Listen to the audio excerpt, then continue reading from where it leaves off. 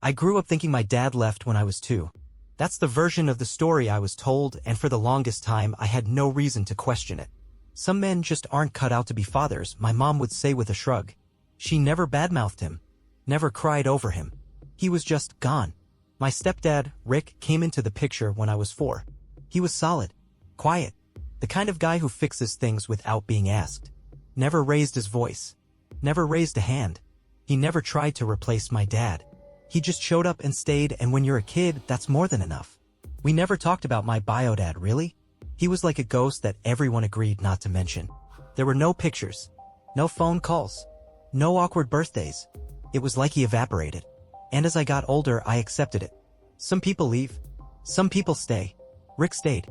Now I'm 33, married, 1 kid, normal life. My mom passed away last year after a long illness.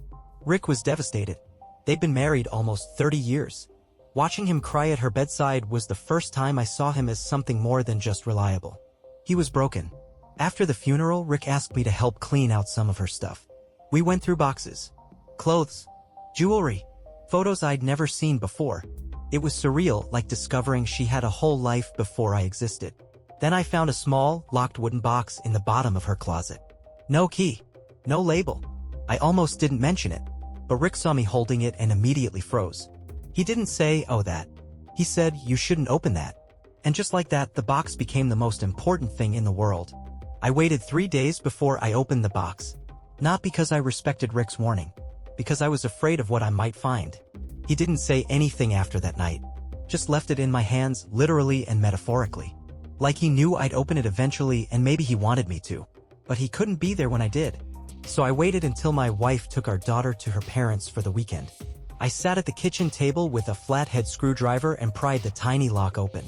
It popped easily, old, rusted. Inside, there were only 3 things. A folded letter yellowed with age. A faded photo of a man holding a toddler, me. A cashier's check. I picked up the letter first. It was addressed to my mom, written in careful, slanted handwriting. The date at the top stopped me cold, July 1993. I was 2. The letter started with, "I'm sorry. I didn't want to leave. You said this was the only way. Please tell him I love him someday." It was signed Daniel, my biological father's name. The rest of the letter was short, but it changed everything I thought I knew. He didn't leave. He was pushed out. The photo, same guy from the letter, standing in a park, grinning. I recognized the stroller, the red hat I wore as a kid. That was me. He looked proud, happy, like a dad. And the check? It was made out to Daniel R., dated 6 months after the letter, for $50,000. Memo line, final arrangement. I sat there staring at that check like it might burst into flames. It wasn't torn. It wasn't voided. It looked real. And now I had questions I didn't even know how to ask. Was this a buyout? A bribe? Was Rick the one who wrote that check? Was my whole life, my whole family, built on a quiet transaction? I needed answers. And I knew exactly where to start. I didn't plan some dramatic confrontation. No storming into his house. No yelling. I just texted Rick. "Can we talk?" He wrote back, "Of course. Tonight?" That night, I sat across from him at his kitchen table, the same one I ate cereal at when I was 6. He poured us both coffee like it was any other Tuesday. Like nothing had shifted. I pulled out the letter first. He saw it. Froze for a second. Not in shock. Not surprised. Just still. Then I laid down the check. He didn't even look at it. "Did you write it?" I asked. He was quiet.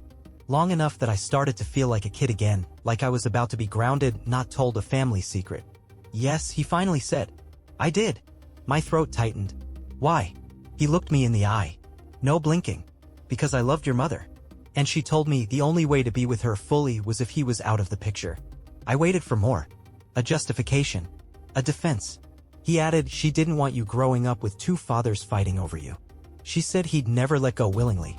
That he'd keep showing up, confusing you, tearing her life apart. So you paid him to disappear?" I paid him to let go. I wanted to be angry, but all I felt was a strange kind of coldness. "He wrote that he didn't want to leave," I said. Rick nodded. I believe him. That stunned me. He wasn't denying anything. Not twisting the story. Just laying it bare. "But you still did it," I said. "I did," he replied. "And I've regretted it every day since." That part caught me off guard. Not the confession. The regret. After Rick admitted to writing the check, I thought I'd feel something stronger. Rage. Betrayal. Something. But all I felt was weight. He looked older than I'd ever seen him. Tired. Like he'd been carrying this truth for decades. Waiting for it to surface. I asked him, "Was it your idea?" He shook his head immediately. "No. Your mom brought it up first." He said it like it was the easiest thing in the world to admit. "She told me your father was still coming around," he explained. "Sending letters, leaving notes in the mailbox, calling from different numbers. Nothing aggressive. Just trying to be part of your life." My heart dropped a little hearing that. "She said she couldn't do it anymore," Rick continued. "That she'd chosen me. That she wanted a life that was simple, clean, no confusion. She told me, 'If you really want this family, make it so we can breathe.'" I stared at him. "She asked you to pay him off?" He didn't answer right away, just sipped his coffee. "She didn't say those words, but she said enough." He rubbed his temples and added, "I wanted her. I wanted you, and I knew I wasn't your biological dad, but I thought, maybe I could earn it, if I cleared the way." "And you think money does that?" I asked. "No," he said. "I think love made me stupid."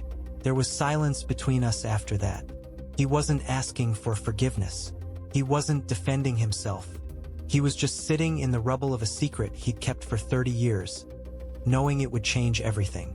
I left without finishing my coffee, and for the first time in my life, I wondered if I'd been raised in a family that was built on a lie someone thought looked like love. I didn't sleep that night. I just lay there in bed, staring at the ceiling, thinking about the man I'd never known. A man who wrote a letter saying he didn't want to leave. A man who took money to disappear. Or maybe a man who didn't have a choice. By morning, I knew I had to find him. I started with what I had. His full name, Daniel Robbins. The photo, the letter, and the date on the check.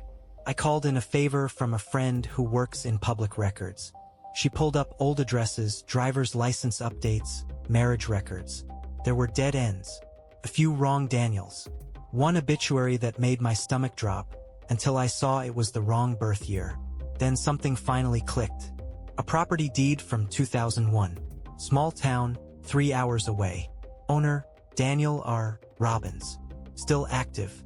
I drove there the next day. It was a quiet neighborhood. Fences, wind chimes, one barking dog. The house was small but well kept. A truck in the driveway. Blue shutters. No mailbox name, just the number. I sat there in my car for 10 minutes before I could move. What if he didn't want to see me? What if he didn't even remember me? What if I was opening something that should have stayed shut? But I got out, walked up the path, knocked twice. A man opened the door. Older, white hair, tall, same hazel eyes as mine. He looked at me for a long second, then said, "I was wondering when this day would come." We sat on his porch. He didn't invite me inside right away, just motioned to a chair and said, "I figured this would happen one day. I just didn't think I'd still be around to see it." He was calm, not surprised, like he'd already had this conversation in his head 1,000 times. "I found your letter," I said. He nodded. "I also found the check." That made him pause. "I wasn't sure your mom kept it," he said quietly. "Thought maybe she burned it." "She didn't," I said. "But you never cashed it." He looked away, down at the floorboards. Then, "No, I didn't." "Why not?" He took a deep breath. "Because I didn't want anything from them. Not money, not silence. I just wanted you." My chest tightened. "I kept hoping she'd change her mind," he went on. "That she'd call, say I could be part of your life, even from a distance. I was willing to take anything. Holidays, weekends, letters." He smiled sadly. "But she never called, so I left. Not because of the check. Because she asked me to." I swallowed hard. "I thought you left us." "I know." He didn't argue, didn't try to shift blame. He just sat there with the weight of time between us. "Do you have other kids?" I asked. He shook his head. "No. After you, I couldn't." Silence again. Then he stood up, went inside, came back with a small wooden box. He opened it and showed me its contents. Dozens of photos of me as a kid, clipped from old school yearbooks, printed from the internet. One even looked like it was taken at a little league game. "You think I wasn't watching," he said. But I never stopped. And suddenly, I wasn't angry anymore. I was just heartbroken. I didn't sleep for days after seeing him. I kept hearing his voice in my head. I never stopped watching. That was the part that stuck. He'd disappeared from my life but hadn't let me out of his. And now that I knew the truth, it didn't feel like a victory. Felt like grief. Grief for a childhood that could have been different. Grief for a father I'd been trained to forget. And grief for the man who raised me, Rick, who had to know this day would come. I didn't tell Rick right away. I wanted to, but what would I say? "Hey, I met the man you paid to vanish." And he never did. No version of that felt right. And then there was this other question hanging over everything. What now? What do you do when you have two fathers? One who was there for every scraped knee, every graduation, every hard talk, and one who sat alone with a box of yearbook photos and remembered you anyway? I felt like a traitor no matter where I turned. If I got close to Daniel, was I betraying Rick? If I cut Daniel off again, was I repeating my mother's choice? I talked to my wife about it one night. She listened like she always does. Then she asked, "Do either of them know how you feel? The truth?" No, I'd spent my life being the quiet one, the easy one, the son who didn't make waves. But now I had an ocean inside me, and someone had to hear it. So I decided I would talk to Rick and tell him everything. I asked him to meet me at the same coffee shop where we talked about the check. He came early like always, ordered my usual like always. I sat down, took a breath and said, "I found him." Rick didn't flinch, didn't sip his coffee, didn't say, "I figured." He just looked at me, steady, and waited. So I told him everything, that Daniel never cashed the check, that he'd written letters my mom never answered, that he had photos of me growing up, yearbook clippings, baseball snapshots, even one from a science fair. I told him Daniel said he was willing to take any version of fatherhood just to be in my life, and that he respected mom's wish even if it shattered him. When I finished, Rick didn't look angry. He didn't look guilty. He looked like a man who just heard a story he already knew, but needed to hear out loud. He set his cup down.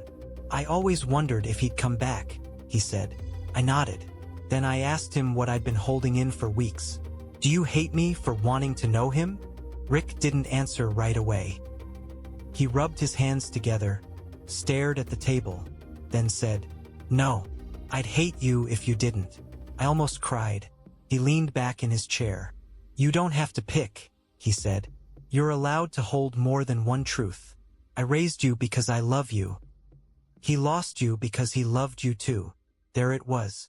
No sides, no villains, just two men who made impossible choices. And me, the result of both.